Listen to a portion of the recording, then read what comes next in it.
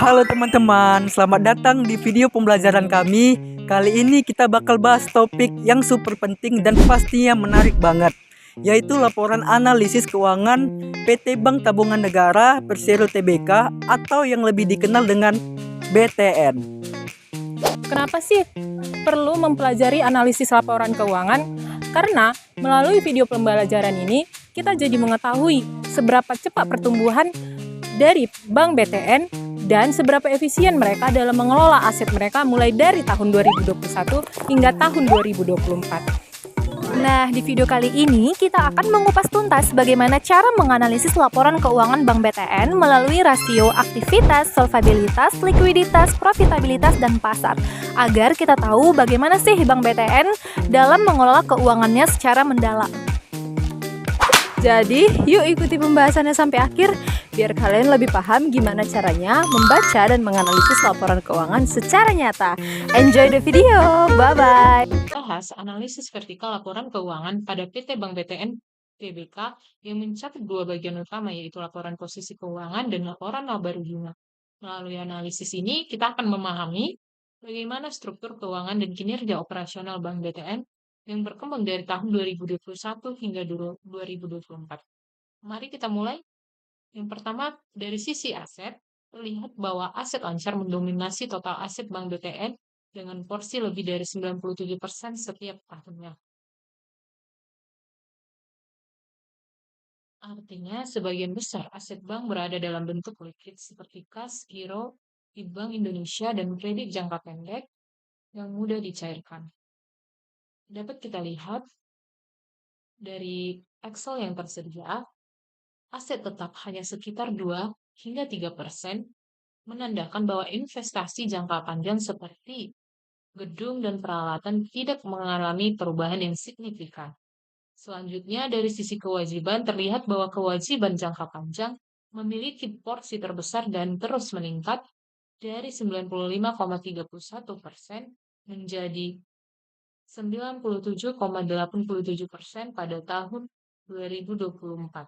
Kenaikan ini menunjukkan adanya penambahan pembiayaan jangka panjang untuk mendukung penyaluran kredit perumahan yang merupakan bisnis utama Bank BTN. Sedangkan kewajiban jangka pendek menurun dari 4,69% menjadi 2,13%, menunjukkan kemampuan bank dalam mengelola kewajiban lancar dengan lebih efisien.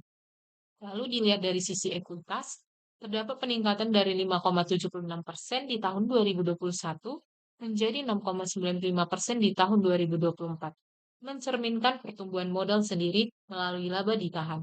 Selain itu, dana syarikat temporer juga stabil di kisaran 6,1 hingga 6,2%, menunjukkan peran dana pihak ketiga berbasis syariah yang konsisten. Lalu, kita dapat melihat juga pada analisis vertikal laporan laba rugi. Dari sisi pendapatan operasional menjadi sumber utama Bank BTN. Namun porsinya menurun dari 94,2% pada 2021 menjadi 86,59% pada tahun 2024, menandakan adanya sedikit penurunan kontribusi dari aktivitas utama bank. Sebaliknya, pendapatan non-operasional meningkat dari 5,71% menjadi 13,41%, yang berarti Bank BTN mulai mendiversifikasikan sumber pendapatannya melalui kegiatan di luar operasional utama seperti investasi. Untuk beban operasional meningkat dari 60,27% menjadi 64,71%, menunjukkan adanya kenaikan biaya bunga, tenaga kerja, dan operasional cabang. Sedangkan beban non-operasional menurun dari 39,73% menjadi 35,29%, meski masih tergolong cukup tinggi dan tetap memengaruhi laba bersih.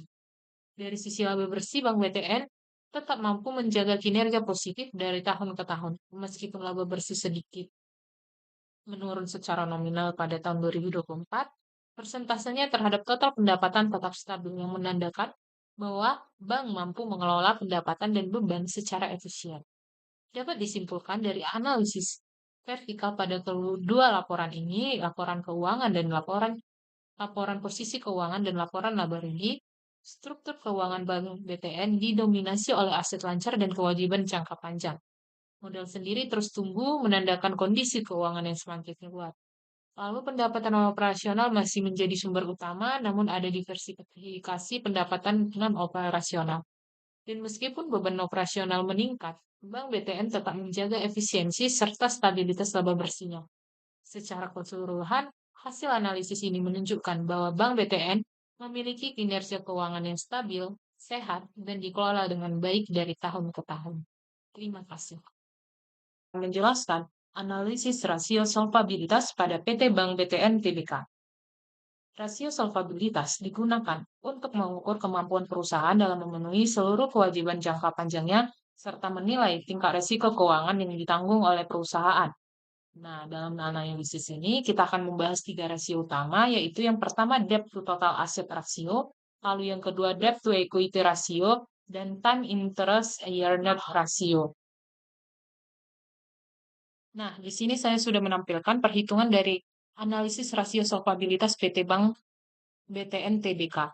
Yang pertama kita mencari persentase dari debt to total asset ratio dengan menggunakan rumus total utang dibagi dengan total aset.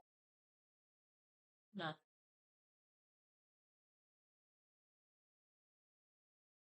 debt to total asset ratio atau DAR rasio ini menunjukkan seberapa besar total aset perusahaan dibiayai oleh utang. Selama 4 tahun terakhir, rasio debt to total asset ratio Bank BTN sangat stabil, yaitu 87% seluruh aset Bank BTN dibiayai oleh utang. Jika dibandingkan dengan standar industri yang ideal, yaitu antara 35% hingga 50%, angka ini jauh lebih tinggi. Hal ini menempatkan Bank BTN dalam kategori tidak sehat atau berisiko tinggi. Karena tingkat ketergantungan pada kreditur sangat besar. Tingginya porsi utang jangka panjang menjadi penyebab utama mengapa rasio ini tetap tinggi dari tahun ke tahun. Lalu rasio yang kedua adalah debt to equity ratio. Kita dapat mencarinya dengan rumus total utang dibagi dengan ekuitas pemegang saham.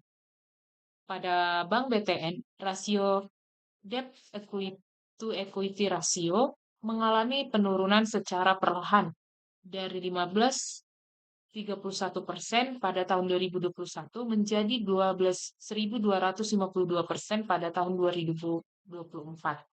Meskipun trennya menurun, angka ini masih sangat tinggi. Artinya utang Bank BTN lebih dari 12 kali lipat dari modal sendiri. Jika standar idealnya hanya 90% sampai 100%, maka Bank BTN masih tergolong tidak sehat atau berisiko sangat tinggi dengan rata-rata 4 tahun sebesar 1.347%. Meskipun ada perbaikan karena peningkatan ekuitas dari laba ditahan, tingkat solvabilitas yang tinggi menunjukkan bahwa Bank BTN masih sangat bergantung pada dana pihak luar dan rentan terhadap guncangan keuangan. Selanjutnya, kita mencari rasio time interest earned ratio dengan menggunakan rumus laba kotor dibagi dengan total beban bunga bagi hasil dan bonus. Dapat kita lihat dari data yang kita dapat, hasil analisis ini menunjukkan bahwa nilai time interest earned ratio Bank BTN berfluktuasi dan cenderung rendah. Dari 0,234 pada tahun 2021 sempat naik ke 0,355 pada tahun 2022, lalu turun kembali menjadi 0,209 pada 2024. Jika dibandingkan dengan standar industri ideal, yaitu antara 2 hingga 5 kali, nilai ini jauh di bawah standar. Artinya, laba operasional Bank BTN belum cukup untuk menutup beban bunga dan bagi hasil. Kondisi ini menandakan bahwa perusahaan menghadapi resiko keuangan yang tinggi dan ini sejalan dengan hasil dari rasio debt analisis rasio dan debt to equity rasio sebelumnya. Dapat saya simpulkan, dari ketiga rasio ini, struktur pendanaan Bank BTN masih sangat bergantung pada utang, terutama utang jangka panjang. Lalu, meskipun DER menunjukkan tren membaik, solvabilitas perusahaan masih sangat tinggi. dan kemampuan dalam menutup beban bunga melalui laba operasional masih lemah. Secara keseluruhan, rasio solvabilitas Bank BTN menunjukkan bahwa perusahaan berada dalam kondisi berisiko tinggi. Meskipun arah perbaikannya mulai terlihat melalui peningkatan ekuitas dan pengelolaan utang yang lebih hati-hati.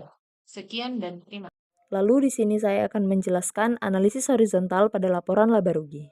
Laporan laba rugi dilakukan untuk mengevaluasi tren pertumbuhan pendapatan dan beban sehingga dapat dinilai kualitas dan keberlanjutan laba perusahaan dari tahun ke tahun.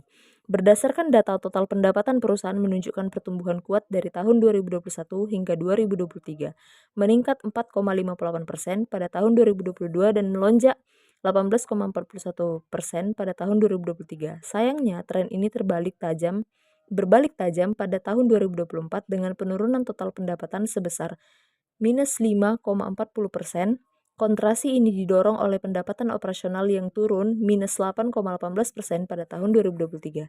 Meskipun sebelumnya tumbuh 14,16% pada tahun 2023, pendapatan inti yang melemah ini diperparah oleh lonjakan tajam pada beban operasional yang meningkat 33,98% pada tahun 2023 dan berlanjut 19,61% pada tahun 2024.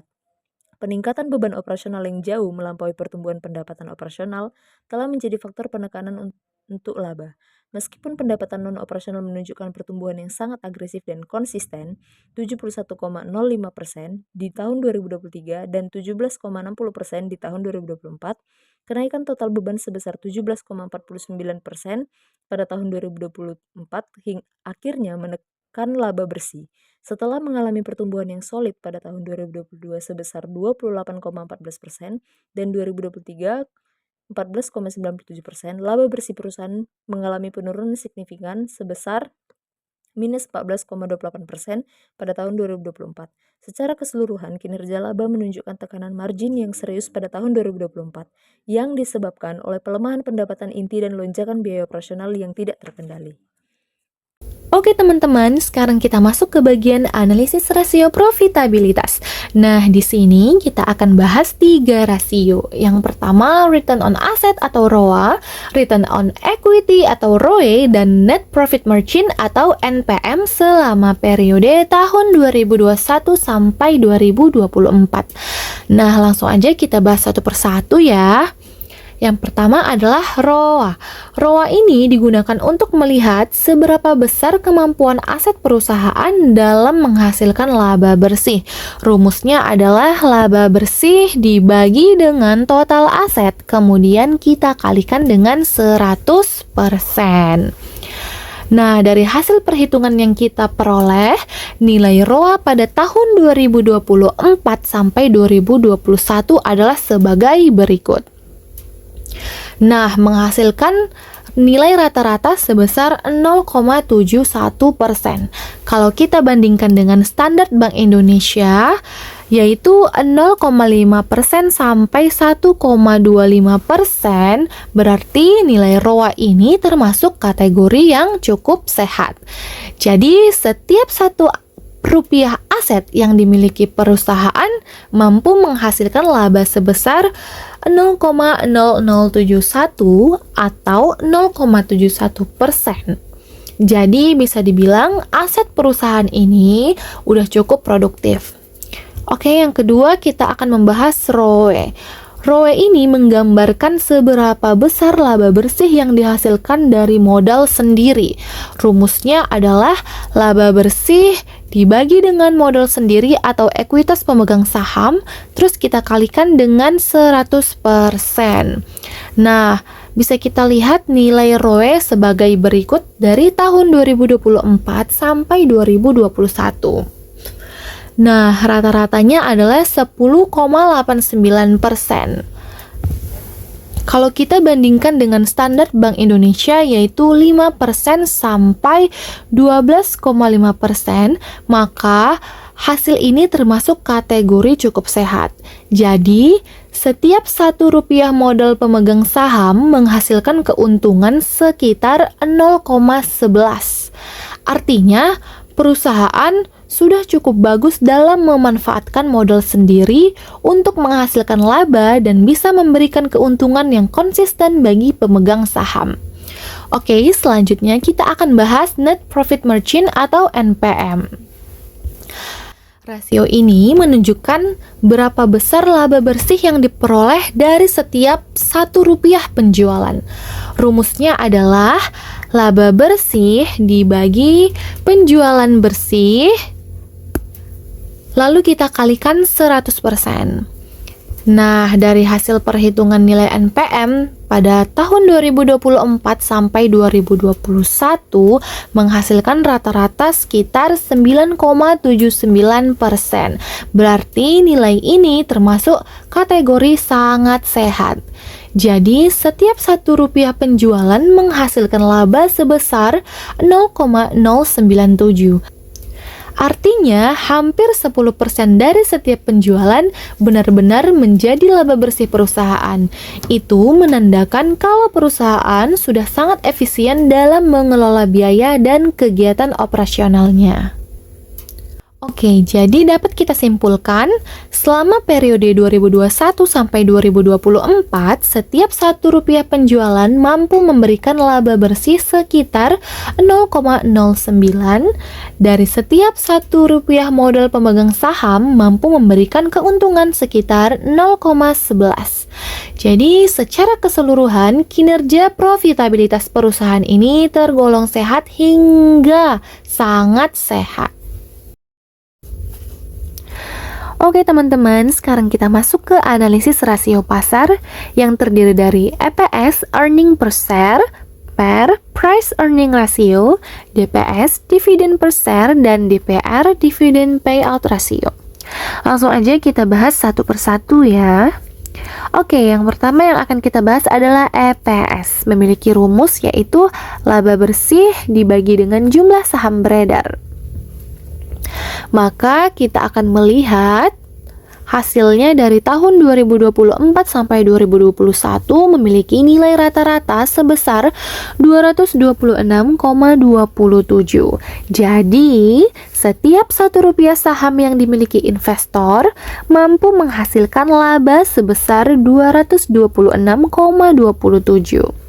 Artinya, semakin besar nilai EPS, semakin besar keuntungan yang diterima pemegang saham. Kita bisa lihat bahwa nilai EPS perusahaan tergolong baik karena berada pada kisaran yang wajar dan stabil dari tahun ke tahun. Pergerakan yang fluktuatif menunjukkan adanya perubahan kinerja laba bersih perusahaan, namun secara keseluruhan masih sangat positif. Selanjutnya kita akan membahas PER atau price earning ratio, yaitu harga pasar per lembar saham dibagi dengan EPS, yaitu nilai hasil yang kita jumlahkan tadi. Dan nilai PER rata-rata memiliki hasil 6,07. Jadi setiap Rp1 laba per saham dihargai sekitar 6,07 oleh pasar. Nah, kalau dibandingkan dengan standar industri yaitu 10-15 kali, nilai per perusahaan ini termasuk wajar. Semakin sedikit di bawah standar ideal, tapi ini bisa berarti sahamnya undervalue, artinya harganya masih murah dibandingkan kemampuan labanya. Oke, selanjutnya adalah DPS atau dividen per share. Memiliki rumus dividen yang dibagikan atau dividen yang dibayarkan dibagi jumlah saham beredar. Dan DPS yang kita hasilkan adalah sebagai berikut dengan memiliki nilai rata-rata 42,32. Jadi, setiap Rp1 saham menghasilkan dividen sebesar 42,32. Artinya, Bank BTN konsisten memberikan dividen kepada para pemegang saham dan nilai DPS termasuk meningkat setiap tahunnya. Ini menunjukkan kebijakan pembagian laba yang baik dan stabil. Selanjutnya, kita akan bahas DPR atau Dividend Payout Ratio, di mana memiliki rumus adalah DPS dibagi dengan EPS.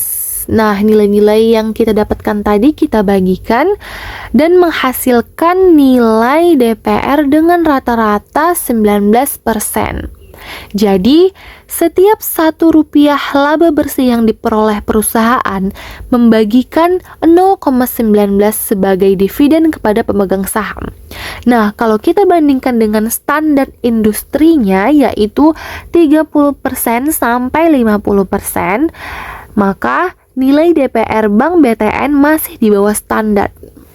Tapi, ini bisa diartikan bahwa perusahaan lebih memilih menahan laba untuk memperkuat modal dan ekspansi bisnis ke depannya.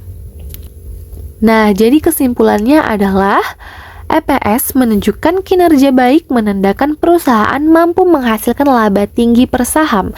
PER tergolong wajar dan bisa menjadi sinyal saham undervalue peluang bagi investor. DPS terus meningkat menunjukkan komitmen perusahaan terhadap pemegang saham. Sementara DPR masih rendah tapi strategis karena laba ditahan untuk pengembangan bisnis. Jadi bisa kita simpulkan, setiap Rp1 saham menghasilkan laba sebesar 226,27 dan dari laba itu perusahaan membagikan sekitar 0,19 kepada pemegang sahamnya. Artinya, Bank BTN menunjukkan kinerja pasar yang baik, stabil, dan berpotensi tumbuh lebih besar di masa depan. Perkenalkan, nama saya Heru Santana. Di sini saya akan menjelaskan dari rasio aktivitas. Analisis rasio aktivitas digunakan untuk mengukur efektivitas perusahaan dalam memanfaatkan asetnya, atau dalam kasus perbankan, efektivitas dalam mengelola piutang atau kredit dan aset lainnya. Rasio ini menunjukkan seberapa cepat aset dapat dikonversi menjadi kas atau pendapatan. Yang pertama dari analisis rasio aktivitas yaitu receivable turnover atau bisa disebut dengan RTO. RTO atau perputaran piutang mengukur efektivitas manajemen dalam mengumpulkan piutang. Dalam konteks perbankan, rasio ini mencerminkan kecepatan penempatan kredit dibandingkan saldo piutang yang ada. Tren dan kinerja. Rasio RTO menunjukkan tren yang menurun dari 0,099 kali pada 2021 menjadi 0,086 kali pada 2024. Penurunan ini mengindikasikan bahwa kecepatan perusahaan dalam memutar piutangnya semakin melambat. Perbandingan standar dibandingkan dengan standar industri atau 4 kali hingga 8 kali, rasio perusahaan berada di level sangat rendah dengan rata-rata 4 tahun sebesar 0,091 kali. Meskipun angkanya sangat rendah, kita ikuti rata-rata yang tertera. Interpretasi, nilai RTO yang sangat rendah dan jauh di bawah standar industri menunjukkan bahwa perusahaan sangat lambat dalam memutar piutangnya. Hal ini berarti perusahaan membutuhkan waktu yang sangat lama untuk mengubah piutang menjadi kas, yang mengindikasikan manajemen kredit atau piutang yang tidak efisien atau adanya piutang yang sulit tertagih. Kondisi ini dapat menekan likuiditas dan efektivitas perusahaan. Yang kedua ada asset turnover atau disebut juga dengan ATO. ATO yaitu mengukur efektivitas perusahaan dalam menggunakan total aset yang dimiliki untuk menghasilkan pendapatan operasional. Tren dan kinerja rasio ATO relatif stabil di kisaran 0,070 kali hingga 0,074 kali dari 2021 hingga 2024. Stabilitas ini menunjukkan bahwa tidak ada perbaikan maupun penurunan signifikan dalam efisiensi penggunaan aset untuk menghasilkan pendapatan. Perbandingan standar dibandingkan dengan standar industri perbankan 0,05 kali hingga 0,15 kali, rasio perusahaan berada di kategori kurang efisien dengan rata-rata 0,072 kali. Interpretasi, angka ATO meskipun berada dalam kisaran standar industri yang wajar, kategorinya menunjukkan kurang efisien. Ini mengidentifikasikan bahwa perusahaan belum efektif dalam memanfaatkan total asetnya yang besar untuk menciptakan pendapatan operasional yang proporsional. Aset yang dipegang belum diubah menjadi pendapatan dengan kecepatan yang optimal. Yang ketiga ada accounts Payable Turnover atau bisa disebut juga dengan APT. APT yaitu perputaran utang usaha, mengukur kecepatan perusahaan melunasi utang jangka pendeknya dibandingkan total beban. Tren dan kinerja. Rasio APT menunjukkan tren fluktuatif namun cenderung stabil di kisaran 0,063 kali hingga 0,073 kali dari 2021 hingga 2024. Perbandingan standar. Dibandingkan dengan standar industri 2 kali sampai dengan 6 kali, rasio perusahaan berada di kategori kurang efisien dengan rata-rata 0,069 kali. Interpretasi sama seperti rasio lainnya. APT yang sangat rendah dari standar menunjukkan manajemen utang usaha yang lambat. Meskipun dalam konteks perbankan, rasio ini kurang krusial dibandingkan rasio likuiditas dan solvabilitas. Nilai yang sangat rendah ini menegaskan bahwa total beban perusahaan dibandingkan kewajiban jangka pendek menunjukkan perputaran yang sangat lambat. Sekian penjelasan dari saya mengenai analisis laporan keuangan rasio aktivitas tersebut. Terima kasih. Nah, itu dia penjelasan analisis laporan keuangan pada Bank BTN dari tahun 2021 hingga tahun 2020. Semoga video tadi dapat memberikan pembelajaran bagi teman-teman semuanya. Terima kasih. Bye-bye.